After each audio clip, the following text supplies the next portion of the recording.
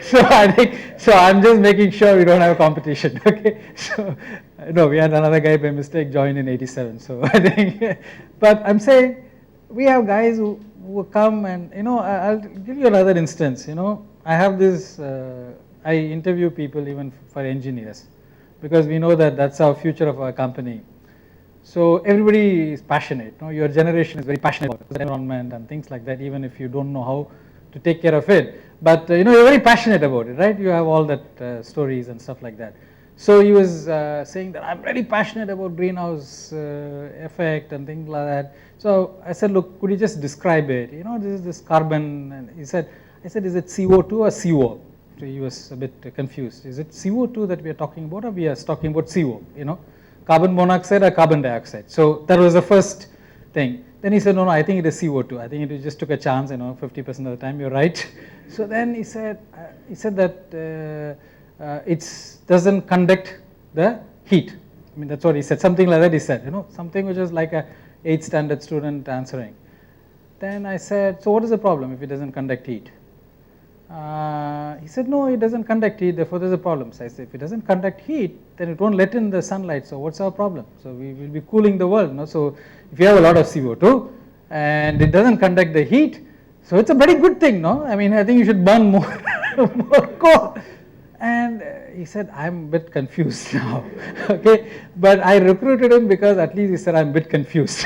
Okay, and he was honest, because that's also another faculty that we look for. That if the person knows that he doesn't know, that's much better than this. So I think this is the kind of thing. So we really invested a lot of time. We looked at green, we did this. We put all of this modules in the public space. We said we were teaching, and we said that if we are guarding this as our private property. So today what we do is that it's available, any one of you, we say that we charge 995 rupees for this. But if somebody writes an email to us, we waive that off because we want more people to study it. But we just say that at least somebody says that he's interested. So therefore, a lot of people are working on this. So therefore, the second one is we discovered that there's another interesting statistics in India, which is amazing. Only we can do this. We have 800,000 engineers. Okay, let's take Tamil Nadu, which is the ultimate in terms of education and the lopsided education that we are investing in. We have last year, I think 160,000 seats are there for engineering colleges. It's another thing, there are only 140,000 applications. Okay, so I mean, this is amazing. There are at least about, I was told some 50 colleges are closing because they don't have any students, and I think some of them are arranging loans, some of them are inviting the parents, and some of them are saying the first year would be free because they just want to get start. It's like a loss leader which we do. We give free so that people will be. So engineering colleges are also doing something like that. So we have 160,000 seats for engineering. Then you know that there is a thing called diploma, right? That is after 10th standard, those who are poor, they are not able to afford I think they have to earn some money back. They may be very bright, as bright as some of us. I think they do this 3-year diploma course. I mean, that means they spend 3 years in some place beyond the arch, okay, the other side of the arch, and they come back. And guess how many seats for diploma holders in Tamil Nadu? Any guess? 1 or 2 numbers? Tamil Nadu is, remember, is education-wise, it's very advanced state, I'm told. So 160,000 seats for engineers. Just random guess, it doesn't matter. You can't be wrong. And I'm told you are graded, so is that the reason for the reticence? Just any number, it doesn't matter, random number. 1 million or 10,000, it can be anything. Huh? Sorry, yeah, you're not too far. It's about 90,000.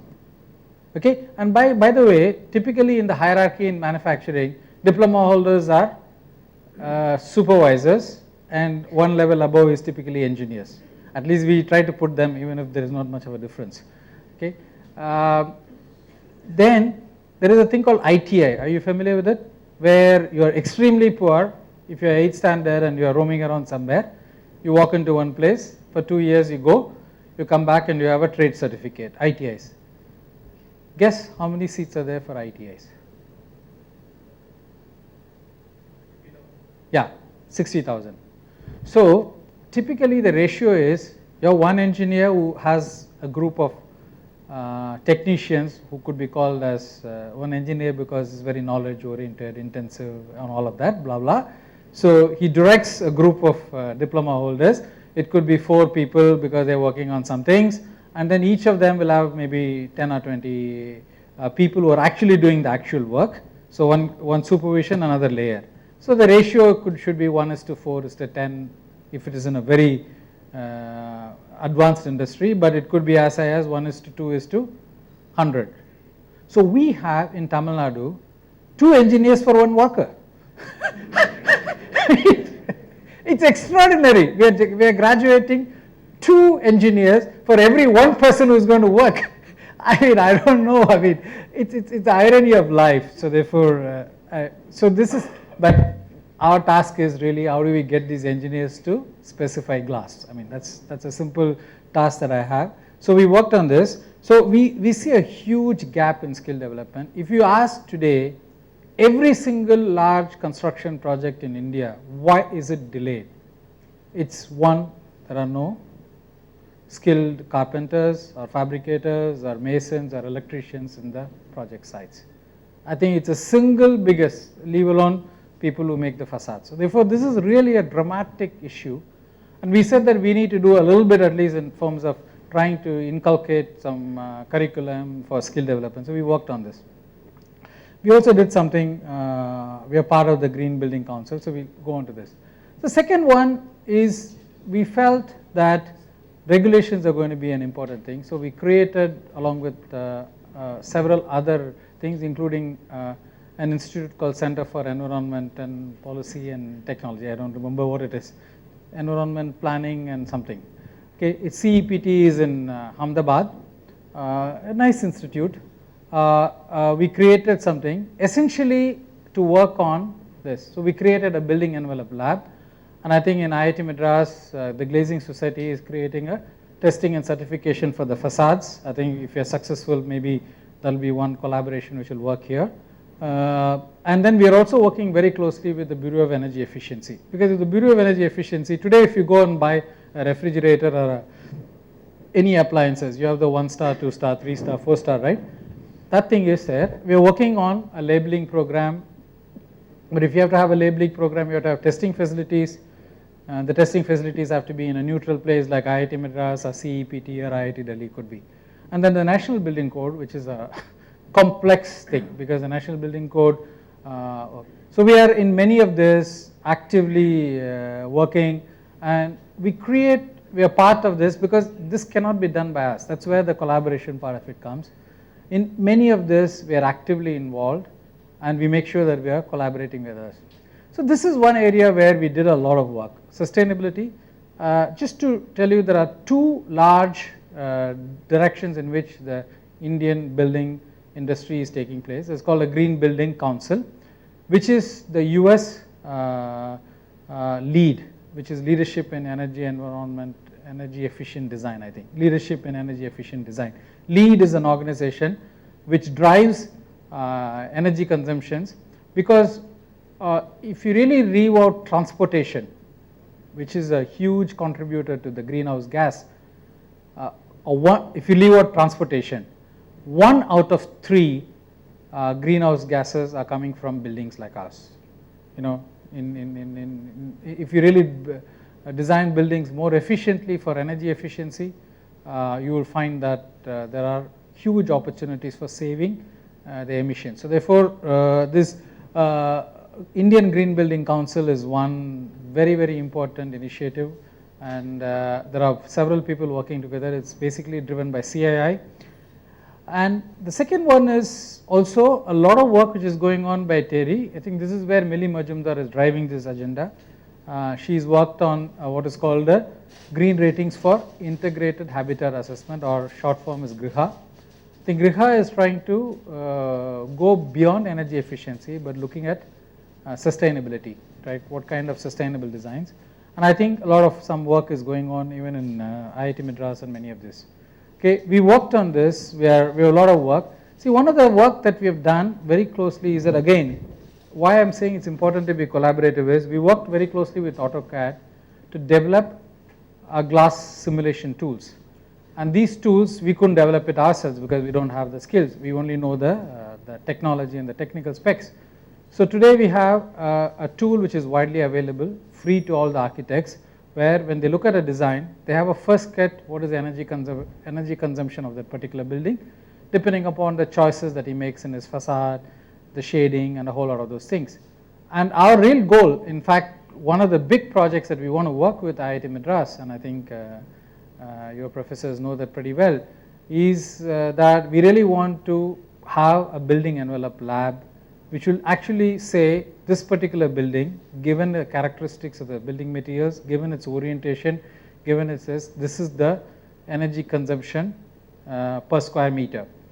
And if we can do that and we can categorize buildings in a 1-star, 2-star, 3-star rating, you will actually discover that at some point in time when you're renting out a house or a building, you will rents would be depending upon the star rating. So we really, our ambitious goal in the long run is to be able to rate our habitats, whatever be it. I mean, if you really look at it, this is going to be, if 1 out of 3 carbon emissions is going to come, the non-transport carbon emission is going to come from buildings, I think that's a good way to start. And most buildings are inefficient, even overseas. If you really see some of those old houses, whether it's in Europe or in the US, they are very inefficient. So we're really working on that. So today actually close to about 1,000 plus buildings. India is the second largest number of green rated buildings are in India. In fact, 2 of the biggest green rated buildings in Chennai are the one which is not used, which is our secretariat. Okay, and that's an irony of life that it's very green because now it's not used also. Okay, I think the other one is a library. And it's just coincidental that both of them bought our glass from us. So that's just by the way. So, okay.